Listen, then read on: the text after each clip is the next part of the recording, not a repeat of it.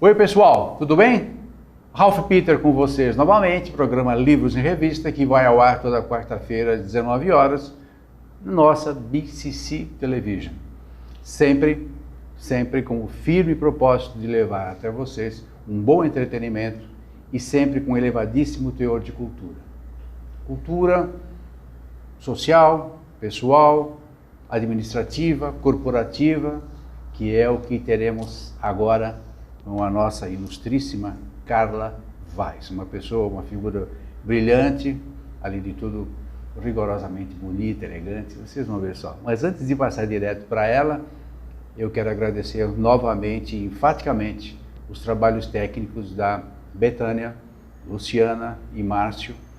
Sem eles nós não estaríamos aí penetrando nas vossas máquinas fantásticas midiáticas. E também Maria Estela Guedes, que a partir do seu site www.v.com, sitiado em Lisboa, Portugal, nos insere, nos abre as portas do universo lusófono, que nos dá uma grande audiência e principalmente uma qualidade muito boa, quase nobre de audiência. Muito obrigado, Maria Estela Guedes. Guardo a certeza de não decepcionar-te. E quero agradecer também a jornalista Rose Azambuja, quase que eu falo bujanga de novo, Rose Azambuja, da assessoria de assessoria de imprensa, que é www.market21.com.br. Muito obrigado, Rose, e você também tem aqui as nossas portas sempre abertas para você e aos seus interesses. Carla Vaz, muito obrigado por ter vindo. Obrigada, Ralph. Um super prazer estar aqui conversando com você. Isso é uma gravação, não? Oi? Não. É isso mesmo. É isso mesmo, é um super prazer. Super brincadeira, Carla. Então, olha, você, mais de 20 anos, executivo em vários segmentos econômicos, nacionais e internacionais. E agora, de um ano ou dois para cá, dedica-se a disseminar seus conhecimentos, inspirando pessoas ou organizações, motivando carreiras. O teu livro, Dono da História, no meu modo de ver, é uma alegoria ao empreendedorismo sadio. E mostra que qualquer pessoa, de qualquer origem, consegue atingir, não vou dizer o topo, mas consegue atingir quase aquilo que almejou. No caso, o Milton, que é o teu protagonista. O livro chama-se O Dono da História. Qual é o público do Dono da História? Olha, Ralph, quando eu idealizei O Dono da História, eu pensei que ele seria um livro de P&P, que eu chamo de porteiro a presidente, no caso de garçom a presidente. Vocês entenderam isso? P.A.P. Veja, agora, porteiro a presidente. De porteiro a presidente. Está ótimo. Né? Porque ele é de uma linguagem simples, ele é envolvente. Em algum momento da história, o que eu escuto das pessoas que leem o livro é que você se conecta com o personagem principal, que é o Milton Leone. Então ele é um livro que, como ele fala de liderança, também, além de carreira, empreendedorismo, que são temas que estão pano de fundo da narrativa, ele também inspira líderes, né? Outro dia eu tive com um presidente de uma empresa que leu meu livro, me chamou para conversar, para fazer um trabalho lá.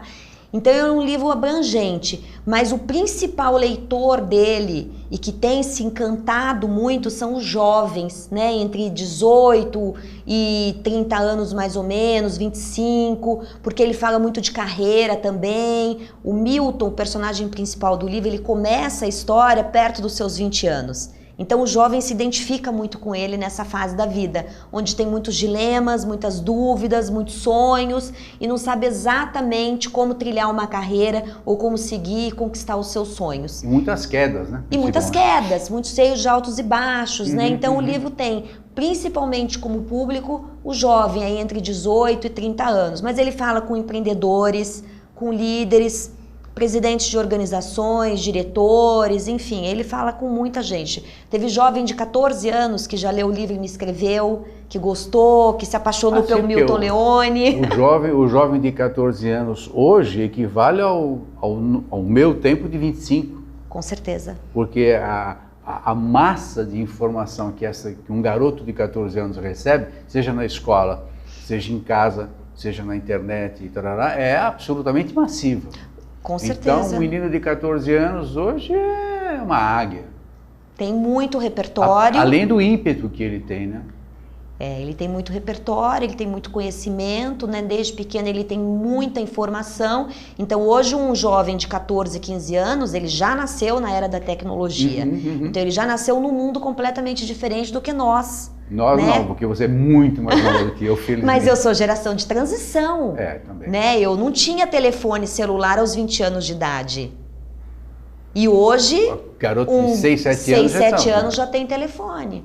Né? Então isso é muito diferente, né? Sem avaliar se é bom ou ruim, é diferente. E tudo isso traz outras coisas também, como isso que você falou, dele ter um repertório enorme, 14 anos, saber argumentar muito mais às vezes que um de 25 anos atrás. E eu acho que, tudo bem que um garoto de 14 anos não é o teu público, mas hoje você tem muita informação e com a qualidade de formação muito aquém dos valores informativos. Quer dizer, neste âmbito você pode perfeitamente trabalhar. Sim. Ou seja, colocar o cara cheio de informação. Não estou tentando fazer um merchan de você, mas pelo que nós estávamos conversando e pelo que eu li do teu livro, você pega um garoto de 14, 20 anos, 20 anos é um garoto ainda, tá? Super informado, boas e más informações. Pelo pouco que eu conheço, são mais más do que boas. Particularmente se ele não souber filtrar o que ele recebe. Então eu acho que o trabalho do coach, não sei se você se caracteriza como um coach, mas de uma assessora, uma gestora de carreira, e quando você fala carreira, você fala a carreira atual e a futura. Sim.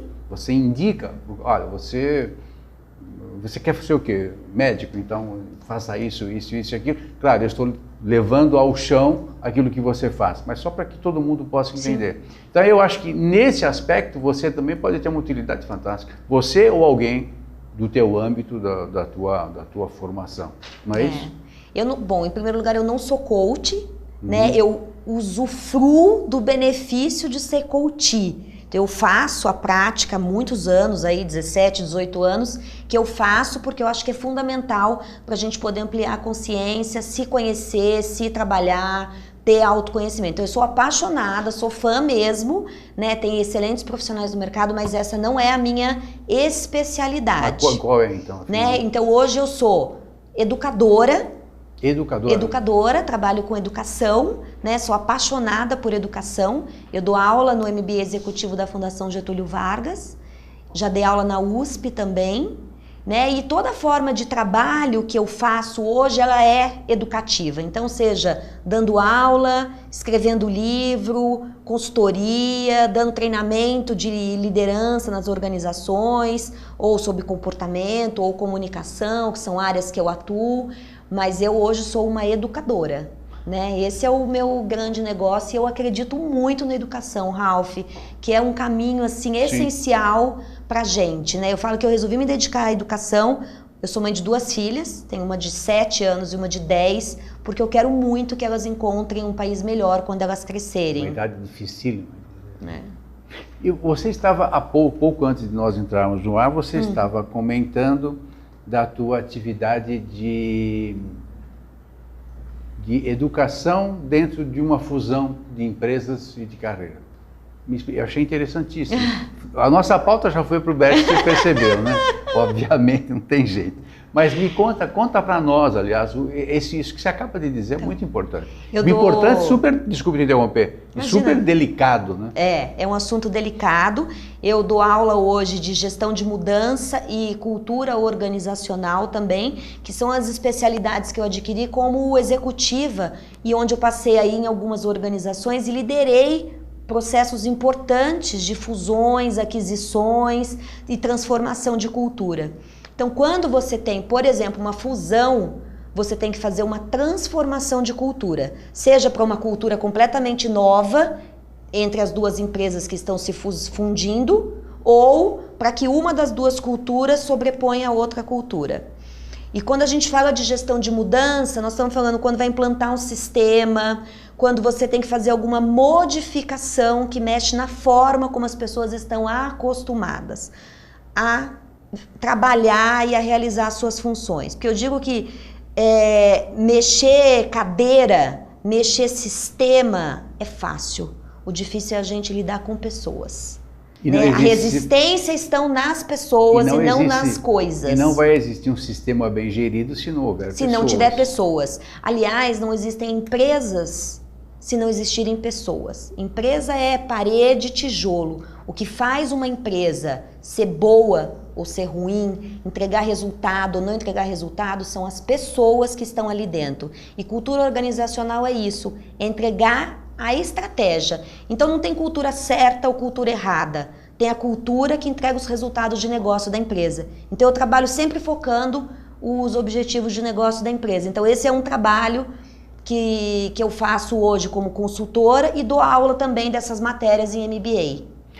E deve ser um perereco, porque olha, veja só, você não é onisciente. Então quando você é contratada ou chamada para uma determinada empresa para fazer determinado trabalho neste mistério, você tem que conhecer primeiro a empresa, sim, saber como funciona a cabeça do dono da empresa ou dos diretores da empresa. Quando é uma SA, então, deve ser algo absurdo, né?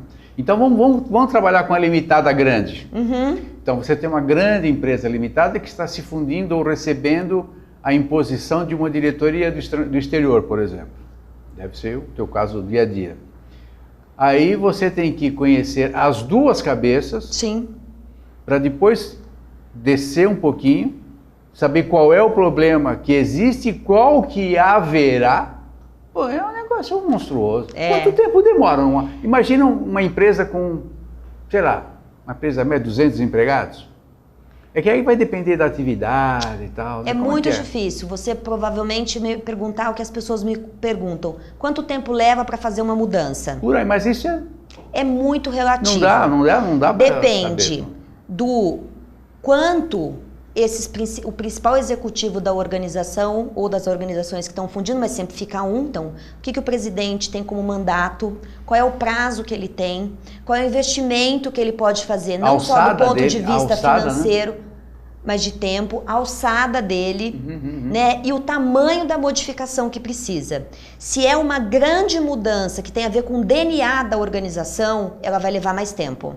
Se é uma mudança que ela é evolutiva, ou seja, que ela está se desenvolvendo, eu nem gosto muito de falar de evolução.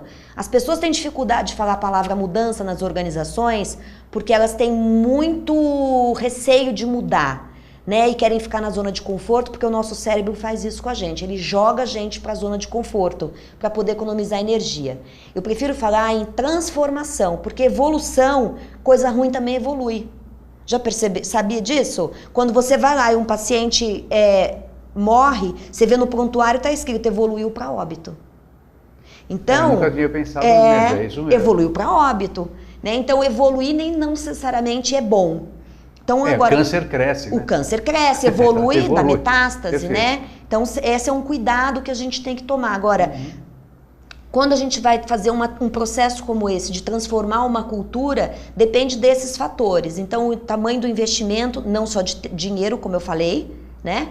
Mas qual é o mandato, qual é a liberdade que o CEO no Brasil, por exemplo, tem para fazer essa transformação de cultura, em quanto tempo ele precisa entregar resultado. Então, depende de algumas variáveis, do mercado, dos concorrentes, o que está impulsionando a mudança, a transformação cultural. Quer dizer, você tem que ser multicultural nesse caso?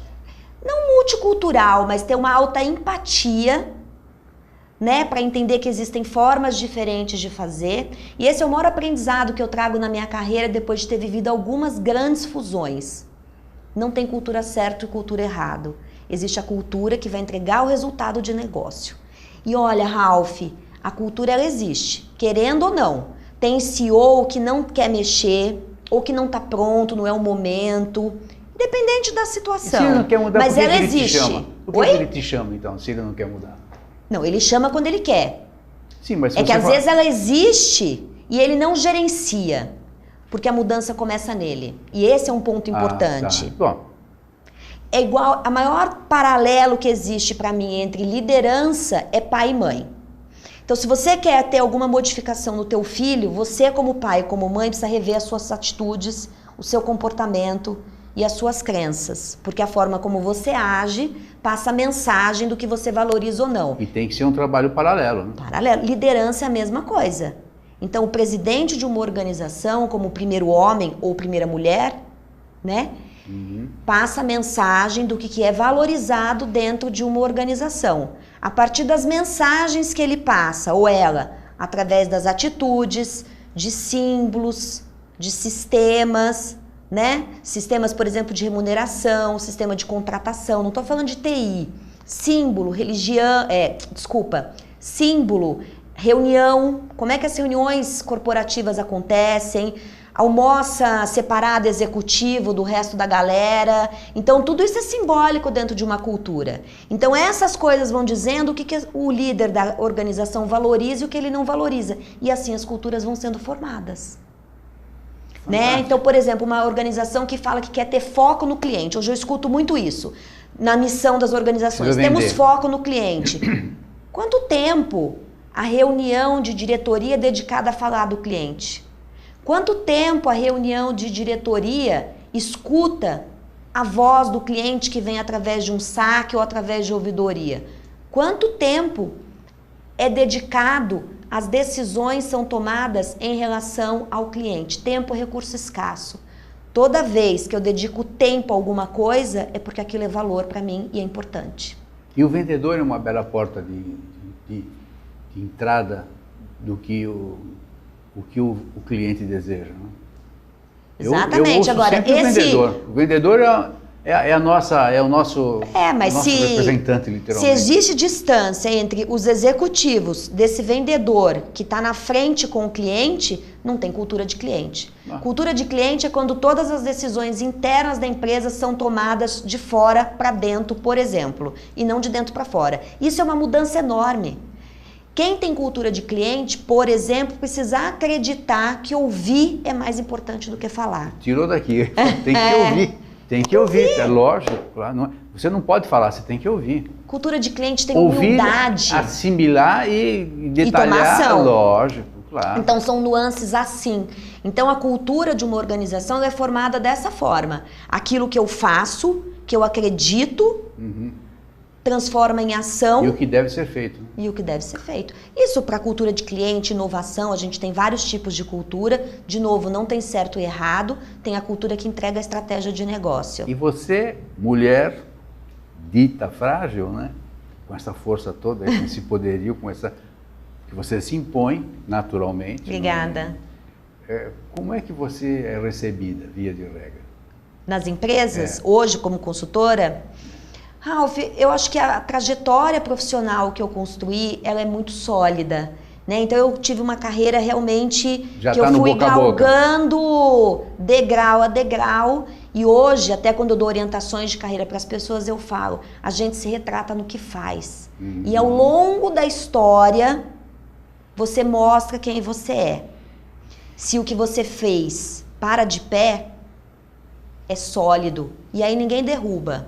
E o mercado sabe das coisas, as histórias se espalham muito fácil no mercado, né? Então a minha carreira foi construída de uma forma sólida. Agora, eu enfrento algum preconceito por ser mulher, pequenininha, né? Parecer uma idade, enfrento. Muito bom isso. É verdade, né? Porque as pessoas olham, as pessoas têm muito preconceito. E não é fácil ser mulher no mundo masculino. Mas aí quando você... Desculpe o corpo. Sem deixar de ser mulher, né? Desculpe o corpo presente, mas quando você abre a boca, isso vira um castelo de cartas e você derruba. O que eu acredito, para mim, é valor, fazer as coisas com conteúdo, fazer as coisas muito bem feitas. Eu acredito na excelência, como dizia Aristóteles, que é um dos meus mestres e mentores, a gente se retrata naquilo que faz, somos aquilo que repetidamente fazemos. A excelência não é um feito, é um hábito. Perfeito. Né? Então eu aprendi isso muito cedo. A excelência também faz parte do berço. Né? Eu acho que berço é uma coisa muito importante, particularmente quando você tem que ter ética, honradez naquilo que você tem que demonstrar. A gente falava aqui agora, antes de entrar. Obrigada, Ralph. Que é o que você faz muito bem, por sinal. Obrigada. Vamos falar do teu livro? Do livro. Fala. É que tudo isso que eu estou falando com você está no livro, em formato de história. Isso que eu ia te perguntar, por que você escolheu uma doceria, né? Como que é? Uma Serviço terceirizado, uma empresa de serviço terceirizado. Mas voltado para... Mundo corporativo. O mundo corporativo. Mas depois o Milton acaba se transformando no empreendedor. No empreendedor. Por que você escolheu esse tipo de atividade? Achei legal. Não, é legal porque ele é comezinho, ele explica passo a passo e é uma atividade pequena que tem como você extrapolar. Sim. Entendi, perfeitamente. Mas você escolheu por qual motivo? Por isso que eu acabei de dizer? Ou falei não, bobagem? porque eu tinha muito claro, quando eu decidi que eu ia escrever o livro, eu tinha muito claro quais eram os conceitos que eu gostaria de ensinar para a população. Eu fiz um livro para ser, assim, espalhar inspiração na sociedade. Conseguiu. Obrigada. Eu estou muito feliz também com o resultado do livro, com as mensagens que eu recebo de leitores, é muito gratificante isso. Aí eu decidi que tinha que ser em linguagem simples, por isso história. Porque a gente está aqui hoje na nossa vida porque a gente escutou história, né? A gente sabe do passado pelas histórias que a gente escuta. Então a história tem um poder de emocionar as pessoas. Eu escolhi uma linguagem simples e eu sabia os conceitos que eu queria ensinar. Então protagonismo, liderança, mas o que de liderança? Que liderança é muito amplo. Eu queria falar de comunicação honesta e respeitosa, líder que traz propósito, que engaja, que respeita, a questão da ética, de tomar decisões de porta fechada longe dos holofotes, que você mostra quem você é. Então eu queria mostrar valores assim da liderança, que é ao lado virtuoso que eu acredito de um bom líder. E o protagonismo. E faltava um fio condutor entre um capítulo e outro para dar uma história. E aí eu fiquei pensando e veio o insight do garçom.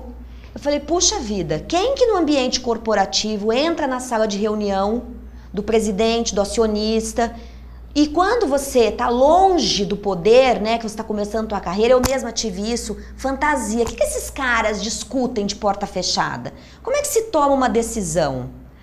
E aí eu falei, aí me veio um insight, falei, puxa, o garçom é o cara que tem passe livre nas reuniões. Insuspeito, né?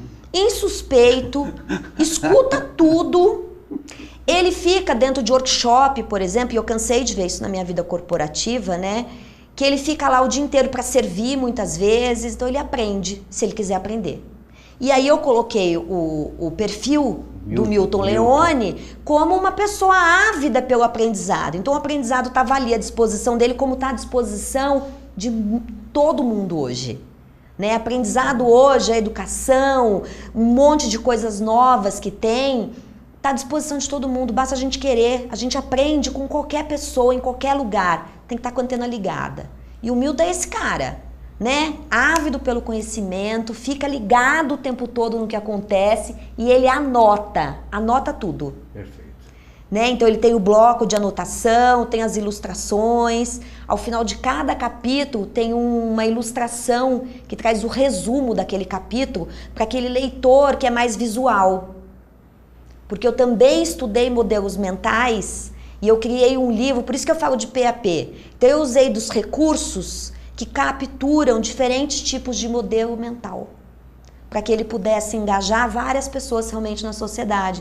Porque o meu grande sonho é ver a gente mudar de patamar na educação. Né? E eu acredito que para isso a gente precisa desafiar o status quo e tudo que eu faço é nesse sentido. Promover melhoria, gerar aprendizado, reflexão nas pessoas. Então eu abusei muito, por exemplo, de pergunta de retórica para gerar muita reflexão. Então foi dessa forma que eu escolhi o Milton. E uma empresa de serviços terceirizados colocaria ele a cada capítulo num segmento de empresa diferente. Porque eu queria mostrar que existem várias formas de dar certo. Mas baseado em algumas premissas, independente do segmento de mercado que você atua. Então, uma hora ele trabalha numa empresa de call center, de cartão de crédito, você vê que uma hora ele está servindo uma consultoria, né? Então, para mostrar segmentos de mercado diferentes. Qual é o ramo que ele escolheu? Qual que é? De doceria? Como que é? Ele vai ter depois um buffet. Buffet. Como empreendedor. Buffet. Como é que ele chegou nesse buffet? Aquela senhora praticamente o adotou? Que era uma mentora dele, que era a dona da empresa que ele trabalhava como garçom. Ela foi mentora dele, porque ele entrou lá super novo e ficou muitos anos trabalhando lá. Quando ela saiu da empresa, porque ela ficou doente, que ela teve um câncer, ele resolve também sair e dar um grande salto na vida dele e arriscar montando a sua própria empresa, sendo empreendedor. E foi fantástico. E aí ela resolve apoiá-lo. Uma coisa que me chamou a atenção no livro, depois dessa descrição toda que, felizmente, nós estamos tendo agora o contato, é que você respeita o leitor. Ah, obrigada. Não é, apesar de você fazer o PAP, eu nunca tinha ouvido essa expressão, vou guardar. Apesar de você fazer o PAP, tanto o P primeiro quanto o P segundo, não se sentem desrespeitados ou aviltados, um na sua ignorância e o outro na sua inteligência. Ignorância no sentido de não saber, e não Sim. de burrice plena, não saber. Tá? Então, naturalmente, muitas das coisas que você escreveu me foram úteis, mesmo, assimilei, foi legal e tal. E eu fico imaginando um porteiro, que eu conheço porteiros ilustres, tá, para o teu governo, gente que se vira muito bem, que se expressa muito bem e que estão ali por circunstâncias da vida, ponto. A gente não vem ao caso. Mas são pessoas que leem, que se informam e se formam e vai por aí. Então, nenhum desses caras aqui, nem no entremeio, se sentirão desrespeitados ou aviltados na sua inteligência. E isso eu achei fantástico. E você conseguiu urdir uma trama onde você conclama todo mundo a pensar, a interagir e, principalmente, enxergar o outro. Obrigada. Ouvir o outro. Porque é uma maneira de você crescer. É que eu acredito nisso, né, Ralph? Não, deu para perceber perfeitamente isso. Eu acredito muito na capacidade assim ilimitada do ser humano de criar a vida que ele deseja. Por isso o dono da história, de aprender. Eu acho que todo mundo que é exposto ao conhecimento, à informação, gosta. Então eu acho que tem muita gente hoje, como você falou, tem porteiros ilustres, e quando eu falo isso de PAP, jamais é diminuindo. Sim, não deu para perceber mas isso, é pela profissão, e toda profissão ela é nobre, ela merece respeito, como todo ser humano merece respeito. Isso para mim é valor, né? A gente falou no começo. Então valor para mim é respeitar o outro, porque pode vir contribuição de todos os lugares. Então, para mim acaba sendo até de forma natural. Eu tenho a questão dessa da empatia. Como eu fiz o livro pensando realmente na população em geral, né, que pudesse realmente agradar e ensinar as pessoas a refletir, eu procurei e me esforcei bastante para que na obra isso transparecesse e todo mundo se sentisse respeitado. E você conseguiu. Obrigada. Menina, desafortunadamente, hoje o tempo já está acabando. Puxa, mas passou rápido. Eu digo hoje porque naturalmente você está convidada, não vou nem dizer convidada, você está intimada a participar. Obrigada. Você falou que tem outros livros aí, tem algum outro no forno? Comecei, estou trabalhando esse ano no meu próximo livro e vem coisa por aí, mas está começando ainda. Eu estava me preparando, estudando, porque eu faço isso, investigando o ambiente que eu vou. Fiz 2 cursos para me preparar para o próximo livro, porque eu quero ensinar também, ter mais profundidade para ensinar o leitor. Portas e janelas abertas. Obrigada. Esperando você com muito ardor. Muito obrigada. Menina, muito sucesso. Sorte é bobagem de desejar, porque é covardia, mas sucesso com certeza. Eu espero que você tenha o merecido sucesso. Muito obrigado por ter vindo. Obrigada a você. Muitas felicidades. Obrigada a todos. Pessoal, muito obrigado pela audiência, paciência e todo o resto. E até a próxima. Tchau, tchau.